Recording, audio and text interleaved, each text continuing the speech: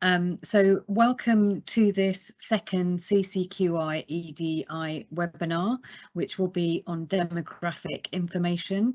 My name is Amrit Satcher. I'm a liaison psychiatry consultant. I work in West London, and I'm a race equality champion working with Lade Smith and Raj Mohan in the college, and I'm delighted to be chairing this session today. So we've got two wonderful sessions with three excellent speakers. We'll be talking about a very broad approach to the national broad approach to data, and then we've got a very local initiative in East London. So I hope you'll get a great breadth of ideas and food for thought. So with no further ado, I'm going to introduce you to Owen Chinembiri, who is the Senior Implementation Lead in the Race and Health Observatory.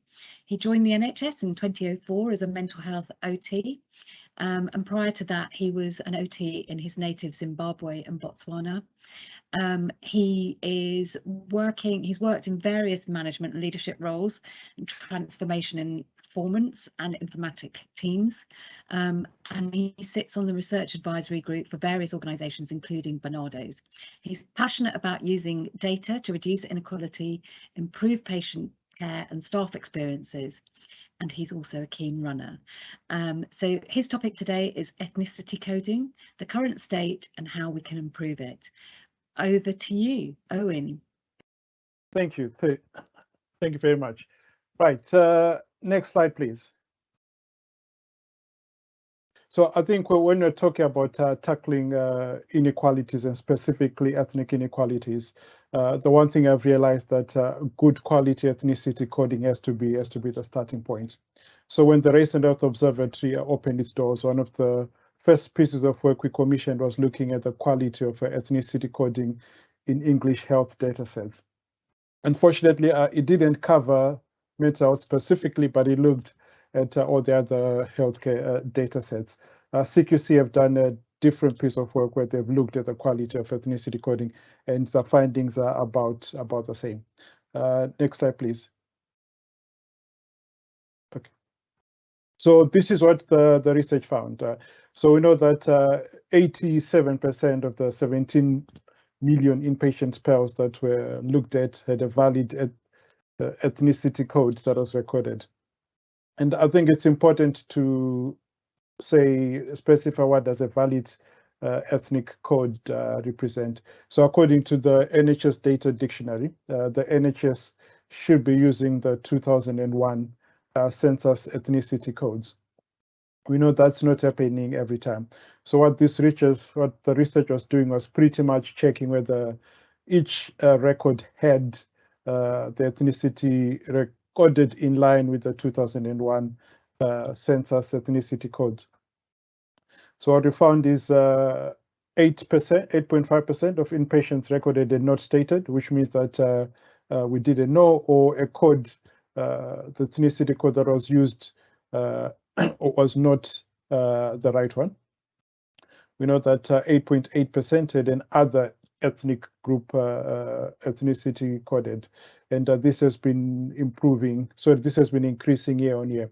So the thing about the other ethnic code is like in terms of when you're looking at tackling ethnic inequalities, it's not really helpful, because when we look at some of the other work we've done in the Race and Health Observatory around asking people to self-classify, the range of people who selected other ranges from people from, say, a Filipino background to people from a white European background. So the other code is not very helpful. It's still a valid code, but it does not tell us what we need to know.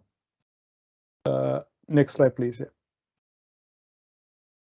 And then the other thing that we also noticed is when we looked across for the same patient across the various data sets, people from an ethnic minority background were more likely to have more than one ethnicity code in different data sets. So what that means is maybe in outpatients, you could be classified as one ethnicity, and inpatients are classified as another ethnicity. So this disproportionately affected people from an ethnic minority background. So other things that we realized is there was significant geographical variation. If you look at the other category, so in London, it was 24% compared to 8.8% across the country. And I think one of the reasons is obviously London is quite multicultural.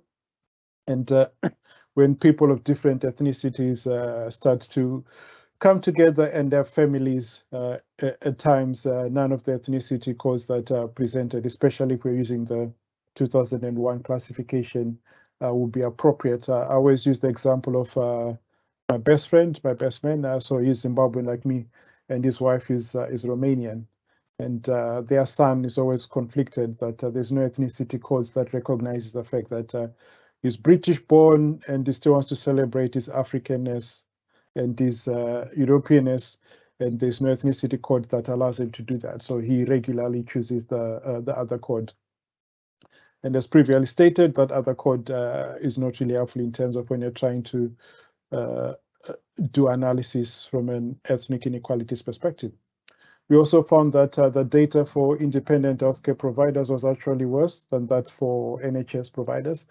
This is really important, especially at a time where NHS organizations are working with independent health providers to look at the waiting list.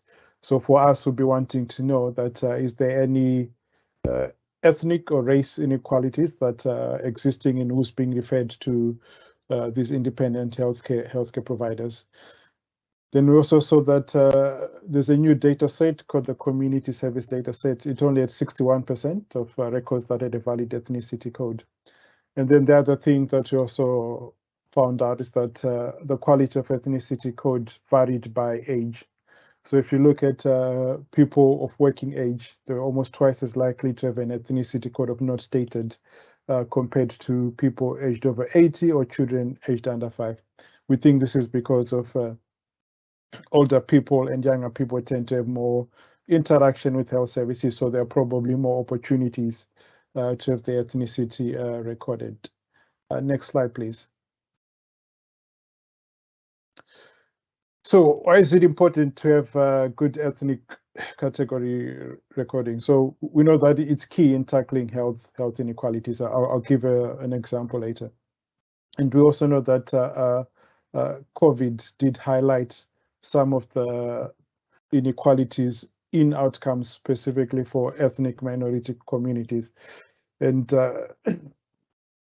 we know that what you can do is when you're able to accurately look at the data, then you can look at things such as the risk faced by individual patients, populations, and you can also monitor the delivery and outcomes of services by ethnicity, obviously using COVID as an example.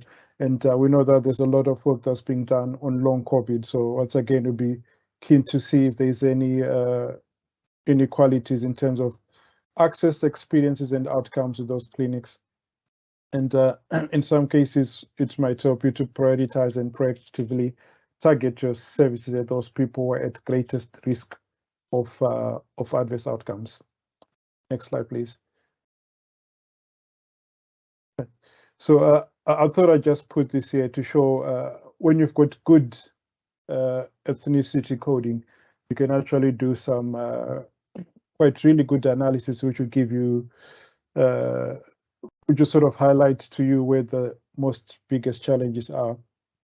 So I'd say if you focus on the graph that's in the middle, the age less than 40 years. So this is for COVID-19. So if you look at, it goes from diagnosis to hospitalization to ICU admission to death. So you can see that for people aged 40, the more as you go down the pathway from diagnosis to death, the proportion of people from an ethnic minority increases at each level. Whereas if you look at aged 40 to 50, it's different. It's almost like it's almost a straight line. There are variations, but it's not as significant as it is for people aged less than 40. So what I'm trying to just demonstrate is that when you've got good, well-coded data, including ethnicity, you then be able to see where the biggest challenges are and where to target. And in this case, we can see that the biggest inequalities were seen for actually people aged less than 40. That's where ethnic minorities were most affected, and they were more likely to be hospitalized, more likely to end up in ICU, and more likely to die. Next slide, please. Also, why it's also good to have good ethnic recording is, so healthcare is becoming more digitalized and data-driven. Things such as precision medicine, clinical decision support systems, and predictive analytics are no longer the future, but they are our present. And some of these have got ethnicity as something that is taken into consideration. So if the data that was used to develop some of these AI systems, predictive analytics, and medical calculators, it means that we could be actually increasing the inequalities rather than reducing them. So that's why it's important to make sure that the data that's used to develop this is of a high quality. I think that's the next point I said. And then also equally important is not just having robust data, but it's making sure that it's analyzed at an appropriate level of granularity and interpreted the right way. So there's work I did, which was looking recently. So it was looking at the medical res and seeing experiences and opportunities amongst medical doctors. And when you looked at it for people from an Asian background, what it hid, if you looked at it just as an Asian, at an Asian background level, it hid the fact that people from a Pakistani and Bangladeshi background are significantly worse inequalities than people from an Indian background. So it's not only having the good quality data, but it's also analyzing it correctly at the right level of granularity, because you might miss on some of those inequalities within inequalities. Next slide, please.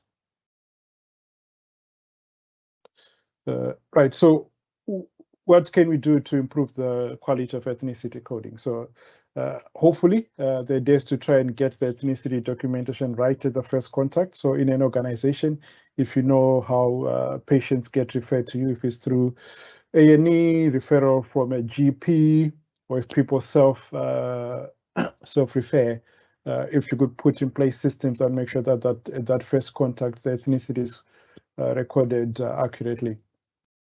And then also individual health and social care organizations should review the quality of ethnicity coding within their organization and see where it can improve. So if you're like a doctor and you're running an outpatients clinic, maybe when you go back tomorrow, you can talk to your team and say, right, do we know the proportion of patients who've got a valid ethnicity code? And then you can start doing some of that work to make it better, rather than wait for a top-down approach. So you can, as an individual, just go back to your organization and start having those questions.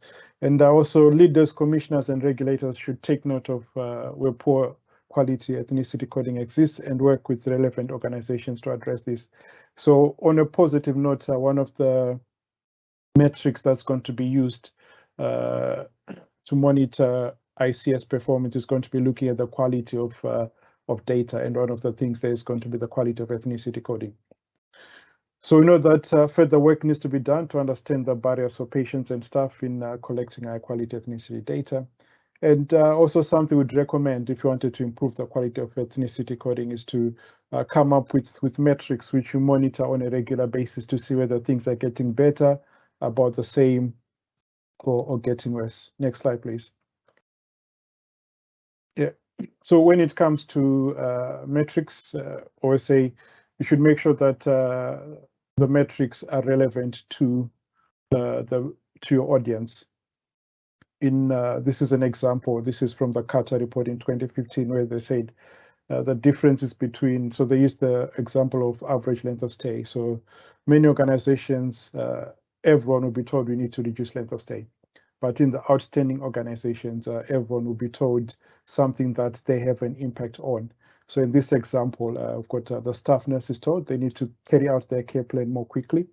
The director of nursing is told they need to ensure that nurses attend discharge planning or rounds. So when you're looking at the metrics for improving ethnicity coding, you need to think of it along the same lines, that which parts of the pathway can someone influence. So if you're talking to someone who receives referrals, you can say to them, can you make sure that for every referral you receive, you record the ethnicity code?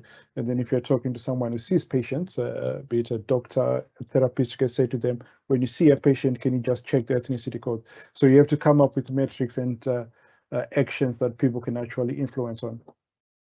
Next slide, please.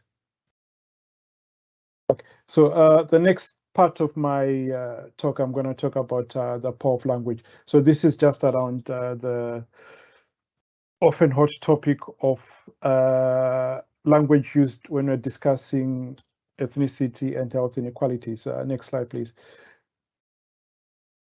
So we did a survey with more than 5,100 people respond to the survey, and we also did a series of focus groups and with a stakeholder roundtable to get people's views on ethnicity, language and ethnicity. Next slide, please. So this is just the profile of the respondents. So about 38% of the respondents were white, followed by people from an Indian background and people from a Black African background. Next slide, please.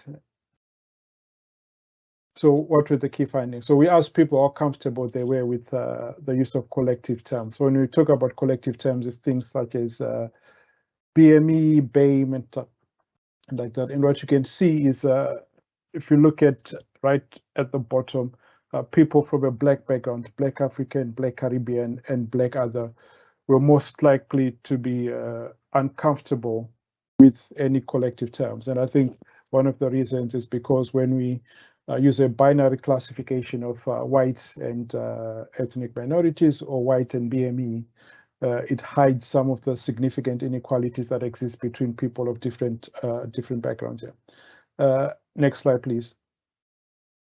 And then when we asked people how comfortable they were with specific terms, so what we found is some of the most unpopular, or the ones that people were unhappy with, are the ones that are most commonly used. So if you look at BME, Black and Minority Ethnic, 53.1% of respondents were not comfortable with it. And if you look at BAME, 49.4% of people were not comfortable with it. Then if we look at the one that people were somewhat, and maybe happy to use, ethnic minorities, the one which had the highest response at 37.9. And also it's also one which people knew the most, and some didn't have very strong feelings for it. So it's sort of the one that I tend to use. Then if we look at the other ones which are mostly used in America, such as racialized minority, global ethnic majority, we saw that a significant proportion of the respondents had never heard of them. Next slide, please. So what else did we find? So one of the things that people said is, from the qualitative findings, they said we needed to keep a focus on this, on the language that we use, because it's really, really important. And there was a broad rejection of collective terminology. And most people found problematic aspect of the use of the word, the minority status in the collective terminology. And there was also a lot of discussion around race and color as a primary defining factor, as opposed to culture, heritage, and nationality. And I think people were frustrated with rehashing old grounds. They said sometimes this can distract from the work that actually needs to happen. Next slide, please. Right. So from there, we came up with 5 principles. So I said, whenever you talk about ethnicity or writing a report, try and be as specific as possible. So I'm Zimbabwean, so if you're talking to a group of people from Zimbabwe, then it's best to say Zimbabweans rather than to use any of the other collective terms. And context is always really, really, really important. And more importantly, to avoid acronyms. I think we saw that people were more comfortable when you say Black, Asian, and minority ethnic than when you say BAME. So we'll say try and avoid acronyms. And transparency is always key. So if you're writing a report and you've chosen to use a specific language, I think people say that there should be something in your report that explains why you've chosen the language that that you're using. And more importantly, I think for that we needed to be adaptive and continue having these conversations. Next slide, please, which I think is the last one. Okay, any questions? Right. Thank you very much. Thank you so much, Owen. You have blown my mind. I'm a complete data geek. That was just so fascinating. I've got loads of questions, but we'll save them. That was absolutely fascinating, really, really useful stuff in there. And actually, I've taken away loads already to think about. If people can just hold their questions, because we'll have a Q&A at the end. I'm going to invite our next speakers, who are doctors Alva Brennan, Rosalind Buckland, a specialty doctor in psychiatry based in East London, and Rosalind is currently an F2 at North Middlesex, applying to do psychiatry this year, and the title of their presentation is Providing Mental Health First Aid Training to Hatzola, and they'll be speaking about their experience of providing a mental health training programme to Hatzola ambulance crew members, a private ambulance service which caters to the Orthodox Jewish community. Over to both of you. Thank you. So hi everybody, and welcome to our presentation this afternoon. My name is Dr. Alva Brennan. I'm currently working as a specialty doctor in psychiatry, and I'm based in East London. Our presentation is based on a project that we designed earlier this year while working as part of the psychiatry liaison team in Homerton Hospital in Hackney in East London. We offered a mental health first aid training programme to members of Hatzola Ambulance. Hatzola is an ambulance service which provides care to the Haredi Orthodox Jewish community in North London. In this presentation, I will share information about Hatzola Ambulance. I will explain how the opportunity for this project came about, and I will also discuss our aims and objectives and the outcome of our intervention. Dr. Buckland, who worked alongside me on the project, will then speak about what we have learned and our reflections upon completion of the project. Next slide, please. As a theme of our webinar today is capturing demographic information, I would like to start with some demographics. Hackney is an extremely diverse borough with a wide range of nationalities and ethnicities, all with varied religious and political backgrounds.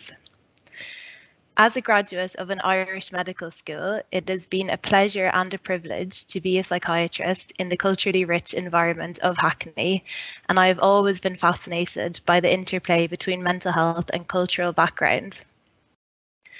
Out of the 246,000 residents of Hackney in the 2011 census, the Haredi community make up 7% of Hackney's population, which made it the largest Haredi Orthodox Jewish community in Europe. Analysis of the 2021 census is not yet complete, but estimates suggest that the 2021 figure is probably even higher, with Hackney's overall population growing by 5.3%. When working in Homerton Hospital, it is a common occurrence to see Hatzola crew members accompany the patient to the emergency department, and our psychiatry liaison staff work side by side with Hatzola in delivering care to those in mental health crises. I was very excited to work on this project, which set out to create and nurture a professional relationship between our psychiatry liaison service and members of Hatzala Ambulance, as well as aiming to reduce barriers for members of the Haredi community to accessing mental health first aid. Next slide, please. So just to tell you a little bit more about Hatzala. Hatzala provides an ambulance service to the North London Haredi community. This service is provided at no cost to the user, and it's financed privately by the community. Hatzala pride themselves on having the fastest response times of any ambulance service in London. Crew members are all male, and they use a rota system where each member is always on duty when they are available to be. Crew members carry radios with them and respond to call-outs where and when they can. Calls are managed by female call handlers who often work from their home and dispatch the call-outs. Moving on to think about the culture in which Hatzala operate. Haredi Judaism consists of groups within Orthodox Judaism that are characterized by their strict adherence to Jewish law and traditions in opposition to certain modern values and practices. This can at times have an impact on the interaction between the Haredi community and mental health services. Members of the Haredi community have mental health needs similar to the general population, with a need for input from adult and older adult services, CAMS, psychiatry liaison, learning disability, perinatal, the list goes on.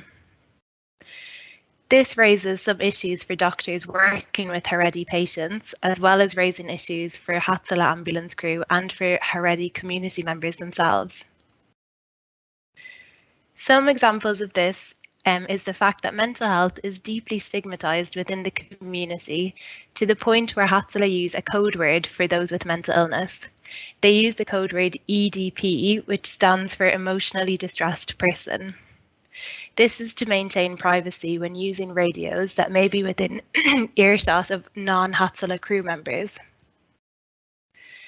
In order to maintain privacy and confidentiality, crew members do not discuss patient interactions with fellow crew members.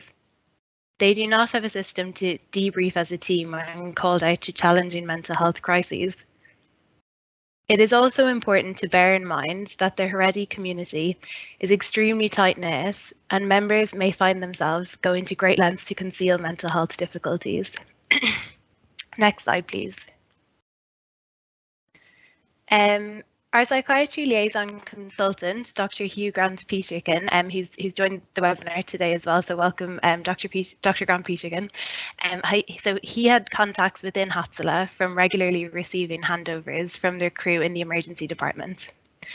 Hatzala had communicated a need to improve their knowledge and skills when responding to those with mental health issues.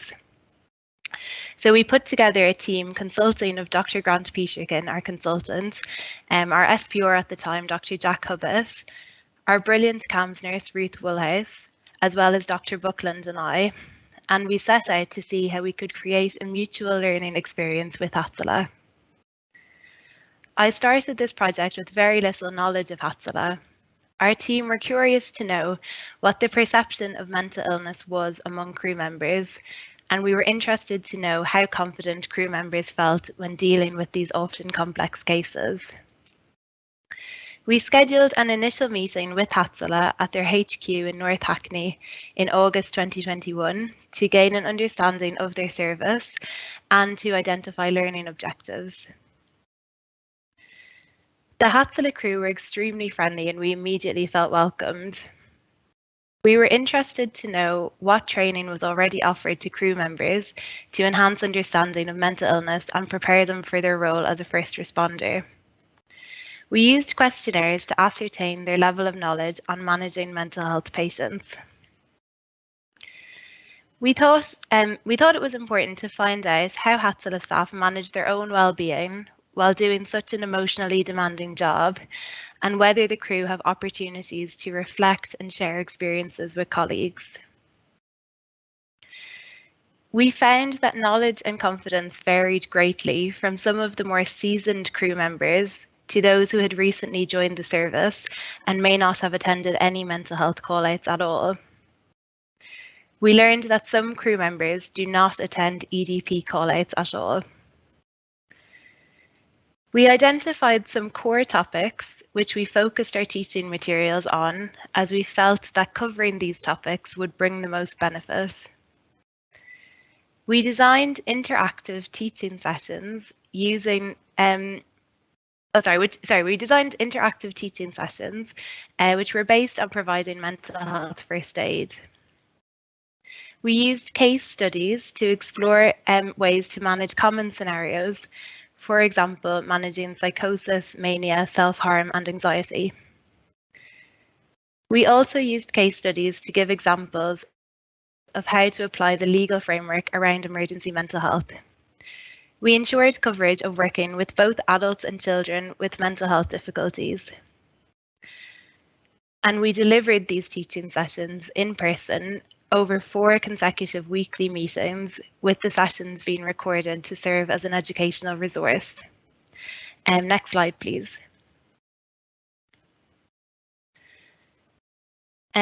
We invited the participants in our training programme to provide feedback afterwards so that we could gauge the effectiveness of our intervention and recognise areas of development for the future.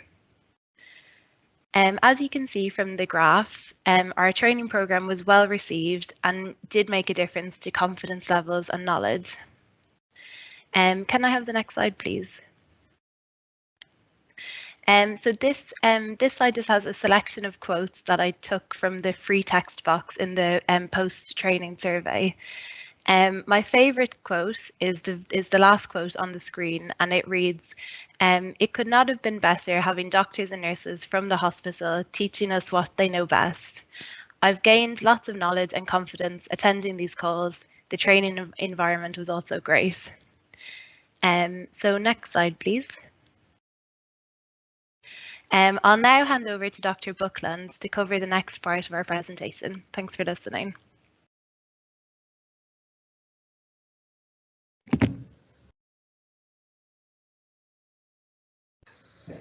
Sorry, I was just having a few problems unmuting there. So a few reflections on the programme and ideas for the future now. Firstly, I think from the beginning, we all realised how important it was that this training was something requested by Hatzela themselves. We didn't want it to be something imposed from outside, but something which responded to a need which was felt by the community. This is part of the reason I think it was important that we went to them, holding the teaching in the Hatzela headquarters in North Hackney. Since Hatzela is a well-established service, it was especially important for us to use the initial meeting and questionnaires to find out what areas they felt it was important to focus on in terms of mental health provision. As has been already mentioned, Hatzela paramedics often referred to mental health call-outs using the code word EDP, so emotionally distressed person. This was what we were requested to provide teaching on, but it took us a bit of digging through the initial section and questionnaires to find out exactly what was meant by the term. We found that EDP had a broad meaning, covering not only more specific psychiatric presentations, but also the more general management of behavioural difficulties, self-harm and aggression. Hatzela were particularly keen to have teaching on legal frameworks, perhaps because as a volunteer organisation, they did not have access to the same legal training you might find within the LAS, for example. This was an area with particular impact, and you can see from those graphs that we showed earlier, we could maybe go back to them, that confidence in that area increased from 40 to 100%. In our feedback, we noted that there was a demand for a more regular ongoing training programme, and particularly an interest in more CAMS-focused teaching, as well as teaching on perinatal psychiatry. The Orthodox Jewish community in North London generally have large families, with Hatzela members commenting on CAMS call-outs being a frequent occurrence. Anecdotally, we also noticed particularly strong engagement on this topic in the sessions as well, with many members staying behind to discuss things they'd seen. We gathered that at the moment, Hatzela members do not debrief with each other after a mental health call out, as I think we've discussed. And this was something they were keen to do in our sessions. If possible in the future, we'd like to work with them to develop a culture of reflective practice, while also being mindful of the importance of confidentiality and the privacy of community members. Finally, it's worth noting that the benefits of this collaboration were very much not only felt by the Hatzela service. For example, in conversations after the teaching, members of Hatzela spoke about the difficulties family members had when visiting inpatients on the Sabbath, especially when they were placed in more distant hospitals with little notice. Building closer links with Hatzela and the community they served, therefore, also offers opportunities for us to think about how we might shape our inpatient provision to better serve this community of our patients. This was a really rewarding project to be involved in. It was such a privilege being able to gain an insight into how emergency medicine is practiced by Hatzela and develop a relationship with those in cultures different from my own. We'd like to thank Hatzela both for engaging in the teaching programme and for all the important work they do. Thank you. Thank you so much, Alva and Rosalind. That was absolutely fascinating. Yeah, I'm just really struck by the innovative element of all of your team, including Hugh, to have responded to a need in such a responsive and creative way. So thank you for both of those talks. I'd like to open up to the floor now. I can't see the other attendees, so which means I can't see people's hands or any chat. So Tia or Karishma, can you see anything? Otherwise, I might just invite people to unmute and. Yep, Amrit. Unfortunately, people can't unmute themselves, but we've got some questions Okay, through perfect. the Q&A function. The first one is. We've got a few reflections, so not many questions, but we had a few about Owen's presentation that was really interesting and really helpful. So thanks, Owen. And the first question for Alva and Rosalind is, are you involved in the patients, carers and race equality framework at South London and Maudsley? Unfortunately, no, we're not involved in the South London Race and Equality Framework. But it sounds interesting. It's definitely something that I'd like to in the future.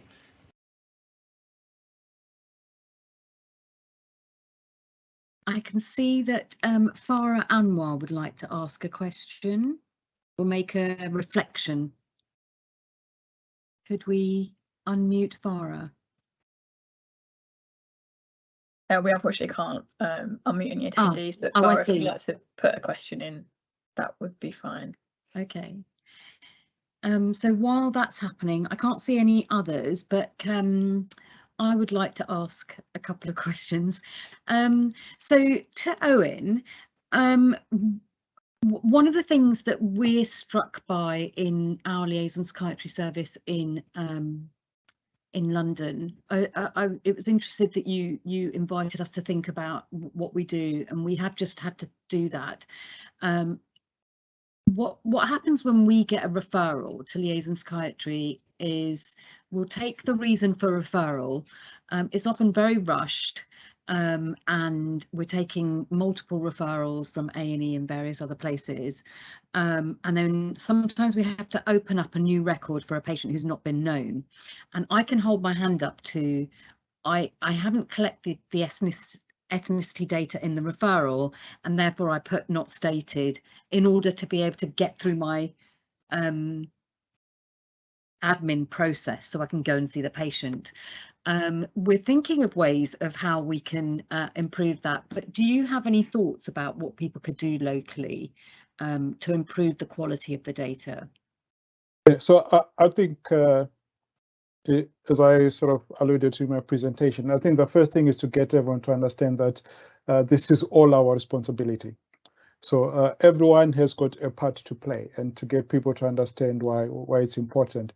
So it's about having that conversation with, say, the person in reception in A&E to say, maybe talk to them about some of the ethnic inequality and say, this is why it's really important that we record ethnicity. Yeah. So if a patient comes in, their ethnicity is as important as everything else that we're going to record. I think one of the reasons why I would say that is we know that as you look at data around ethnic inequality. So if someone is from an ethnic minority background in mental health, they're more likely to be admitted under a section.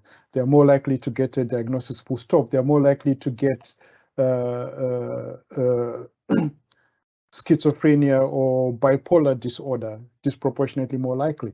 So for me, now that I know that, if someone came in and I'm reading their file and I see the ethnicity, I'll read it more carefully and say, okay, right, knowing what I know, is there anything in there that I need to consider? So it's about making sure that everyone understands that, look, this is important to everyone in the hospital, making sure that we say to everyone, depending on where you are on the patient pathway. So if you're the receptionist, can you record? If you're the occupational therapist, like I used to do you mentioned in the introduction, I was an OT mental health. If I'm seeing a patient, look at their records, say, okay, is their ethnicity recorded? If you're a consultant psychiatrist, like or F1 or F2, as people were on the call, same thing, just check that whether the ethnicity, then just ask the patient. So that's one of the things that people can do. So if we've got everyone on the pathway looking at it, I think it makes it easier rather than making it the responsibility of one person. That's a really good point. I'm just struck by the fact that in order to open a case, so I will have had to do some stuff that I'm unlikely to go back to when I enter my clinical data, having seen the patient. So the thing that we've decided to do now is to ask our administrator in liaison psychiatry, when we're closing the case on EPR, to go back and make sure that the ethnicity data is correct. So I'm just aware that there's awareness and culture, and then there's the practicality of being on the front line in the middle of the night with 5 patients waiting to be seen. So somehow we need to take it out of culture and ask. So yeah, the thing that we're going to be doing is outsourcing that to our admin.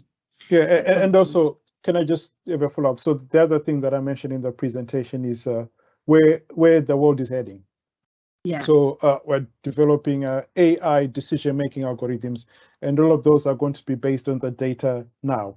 So the data we're collecting now, people are going to have all sorts of engineers, academics, innovators, analysts are going to be analyzing to say, right, is there something from this data that we can use to develop an AI?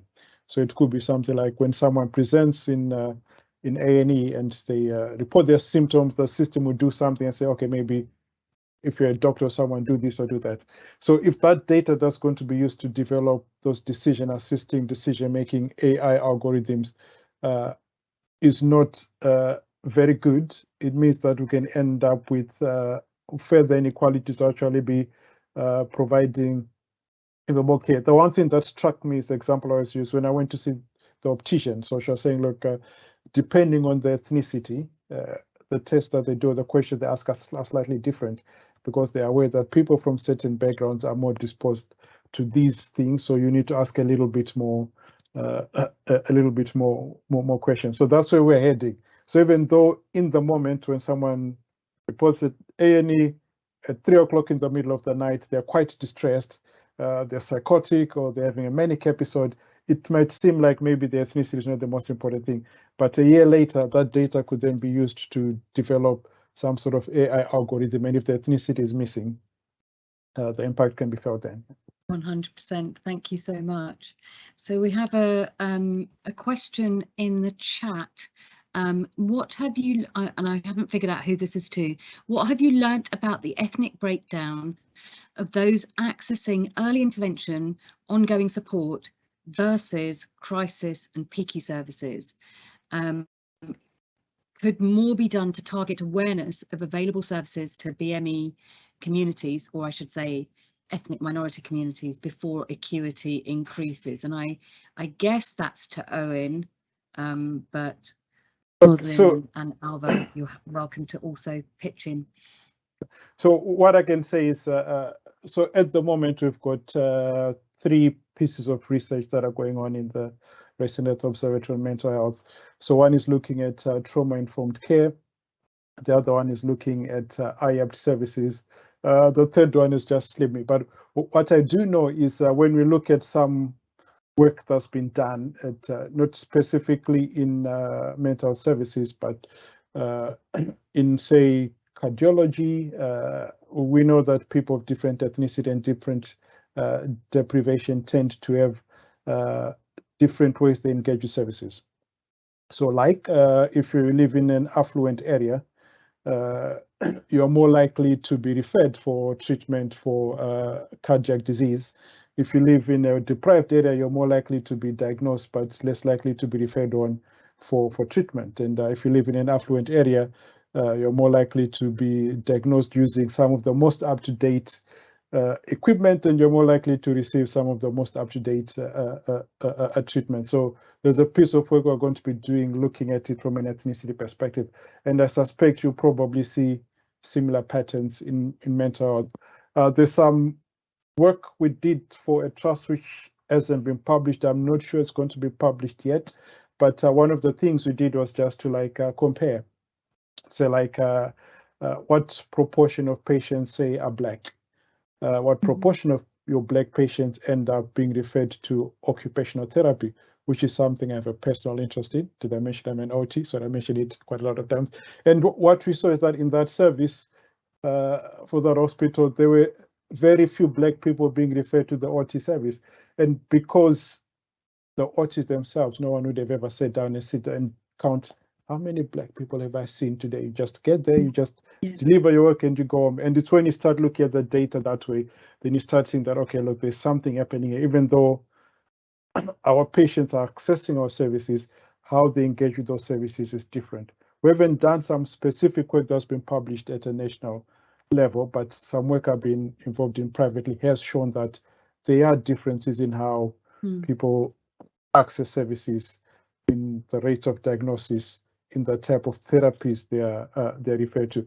So then my challenge back to Anonymous is, right, when you go back to your hospital, there's a challenge. Just go do a profile, say, right, let's look at all our patients by ethnicity. Yeah? Let's look at how many come in through a section. Section 2, Section 3, Section 136.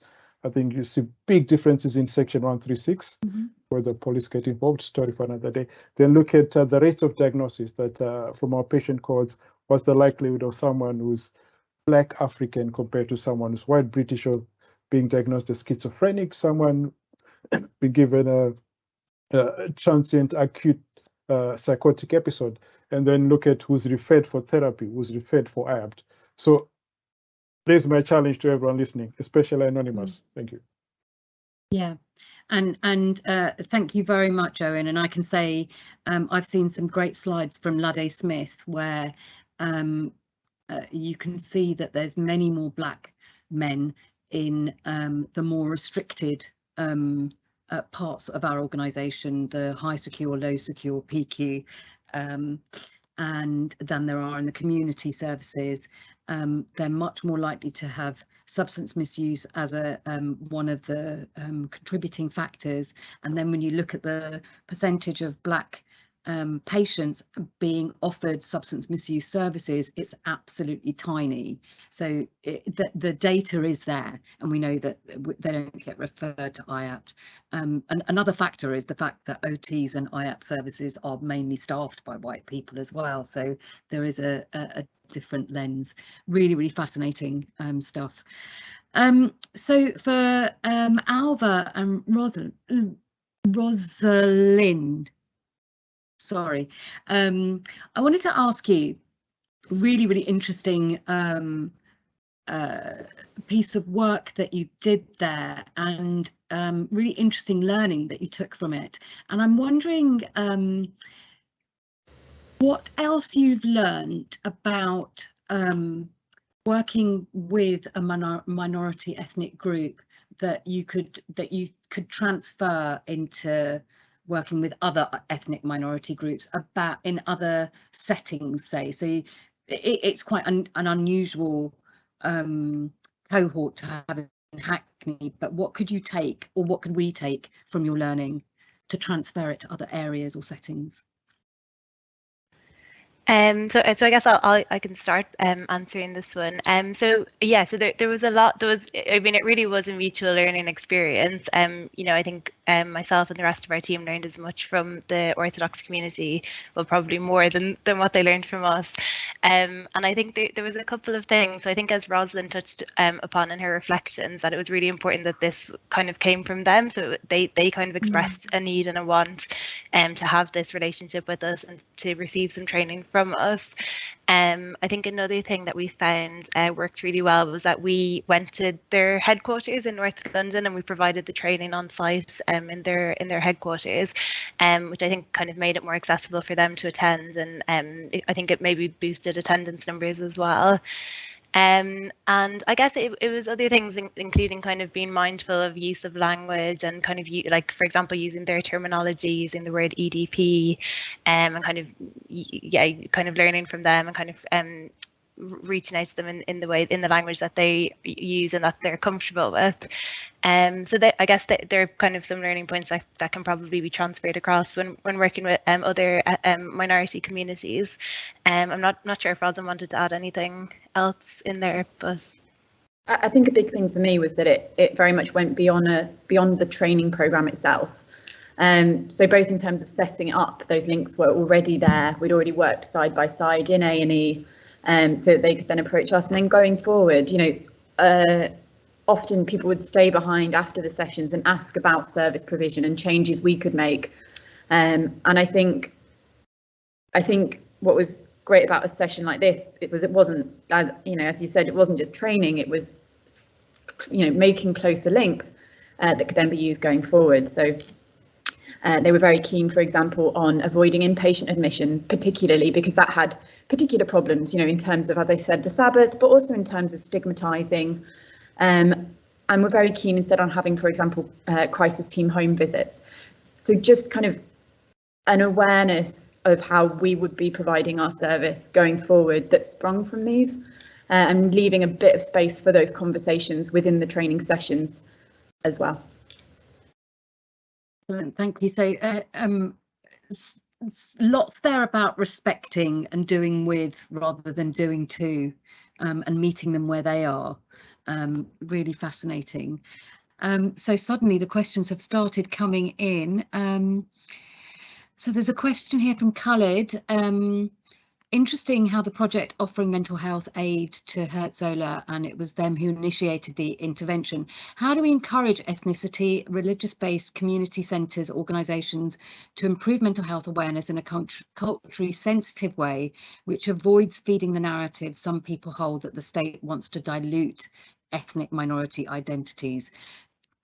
Sorry for the long question, Khalid has said. Any thoughts? Anybody want to take that? So sorry, I'm not quite sure that I've fully got the entire question. So what? Sorry, if you could. So how would you take your learning or your expertise to encourage, or how could other people who are on this call go out and do something similar? Because what Khalid is saying is that you were approached. What can they do if they're not approached, but somehow make themselves open or available, or send the message that they're open or available? And maybe Hugh wants to come in there. I can see that he's switched his camera on. We'll have to unmute you, I think. There you go, Hugh. I think I've unmuted myself. Yeah, go for it. Just to say a little apology to start with. It's been very busy in A&E, and I rather stumbled. I did, I think, the online equivalent of stumbling in at the front of the room by mistake.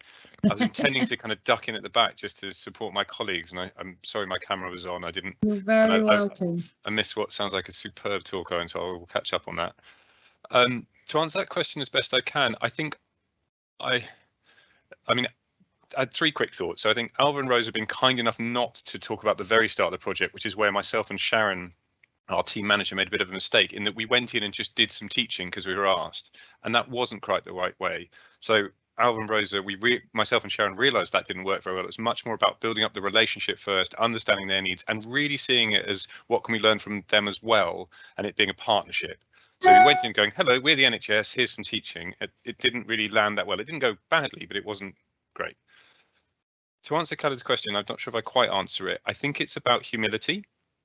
And I see our team and the whole of psychiatry as having a way of approaching things, not the way of approaching mental health difficulties, structuring services, and to see our narrative and our approach as being able to run alongside and creatively interact with lots of other ways, rather than some sort of hegemony of like, we've got the answers. My third and last thought is a bit of a downbeat one, which is about the fact that I'm late in the whole situation. I was so fortunate to be working in a team with Alva and Rosa at that time. They've moved on. We don't have the capacity to sustain this. So there's an open question for everyone to go, you can do a great intervention as some kind of collaboration. Literally nothing is, I'm sorry to say it, nothing's happened on this since you left. Like I have the odd email with Hatzler, the relationship's okay, but there's no sustaining of it. And I don't know, that's a bit of a grumble about resources, isn't it? And maybe like one for me to think about. Anyway, I don't know if I've quite answered Callum's question. And I also have to leave in about 5 minutes. I'm so sorry. Well, I think the session ends in. Does the session end at 3? I think it ends at 3, doesn't it? Yeah. But thank you. That's an interesting start to the conversation. I think the big one about humility and messaging it is a really important one. That's certainly been my experience. Another question, with services such as IAT, does the ethnic makeup of the staff impact the interactions with ethnic minorities? Does this also impact on patient engagement? And is there any learning from the patterns of ethnicity in recruitment to P&P roles? And I presume that means public and patient participation roles. Anybody who would like to take that? Yes, so I can answer it partially. So to some extent it does. So we know that one of the reasons why you need diversity in leadership and diversity in decision makers is that it reduces the amount of blind spots that you have. So if you've got good representation and you've got people who look like the community that you serve, they'll be probably more aware of how you can set up the service so that it meets the needs of the people that you want to work with. So to some extent, yes, it does. But also the other thing is to be realistic about the fact that unfortunately healthcare is one of those things where I think generally across the world, I think except India, Cuba, and a few countries, the healthcare workforce is always more diverse than the population it's serving. So you're never going to get that balance. But however, you can then make sure that you've got the right education, training, and have ways of making sure that people get the feedback they need to make sure that their services are meeting the needs of everyone. Thank you, Owen. Very important point. I've got another quick one, which might be a challenge back to Owen, actually. Anonymous again. If substance misuse is a contributing factor, is substance misuse commissioning predominantly focused on the addiction patterns of white communities as opposed to ethnic minority communities, even in areas of diverse demographics? Is that something you can answer, Owen, or anything that your colleagues can do anything about? So I cannot answer specifically the question about substance misuse and addiction services, but I can say that we do know that most services, the way that they're commissioned, the way that they're planned, especially do not meet the needs of ethnic minorities. So I do a lot of work around digital health. We know that things such as how we distribute our information does not always reach some of the people. It's no use running an advert on the BBC because there's swathes of the community who do not even watch BBC. So to answer your point, I cannot specifically say for substance misuse, but what I can say is I think there's a lot of evidence that most of the services probably are not designed to meet the needs of ethnic minorities here. Yeah. And the same goes for research. So there's a challenge back to you guys when you're principal investigator or collecting patients to be in research. We really need to get the research being relevant to all population groups, so it's more relevant. So it is now 3 o'clock. I just want to thank again our speakers, Owen, Alva, Rosa and Hugh, for popping in for really fascinating talks, and to the delegates and learners on this webinar for your fascinating questions. Thank you so much. And a final thanks to Tia and Karishma for all the work in the background. Fantastic session. Thank you so much. And this is recorded and available later, isn't it? Yes, it will be. Thanks, Amrit. Thank you. And the slides will be available? I believe so. And we'll check with each presenter. Thank you so much. And then the next webinar is next Wednesday, is that right? Yes, the next one's taking place on the 16th. Perfect. Wonderful. Thank you so much.